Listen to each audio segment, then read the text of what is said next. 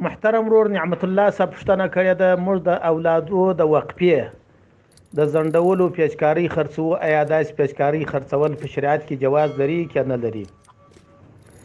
محترم وروره ستاسې د همدغه پوښتنې په جواب کې به ووایو چې خرڅلاو خو جواز لري، خو بیا هم چا کوم کسان یې بې ضرورته استعمالوي، یعنی د څوک چې غیر شادي شده وي هغه چې لګوي نو په دې کې کومک کول په ګناه باندې دي.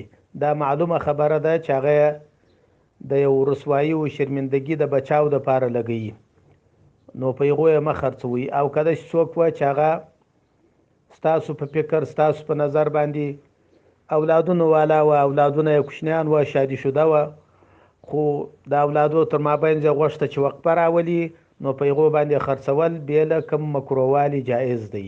خلاصه دا چې په غیر شادي شده باندې خرڅلاوی جایز دی سره د مکروهوالي، او په شادي شده واده شده باندې خرڅلاو جایز دی بې له مکروهوالي. والله اعلم بالصواب.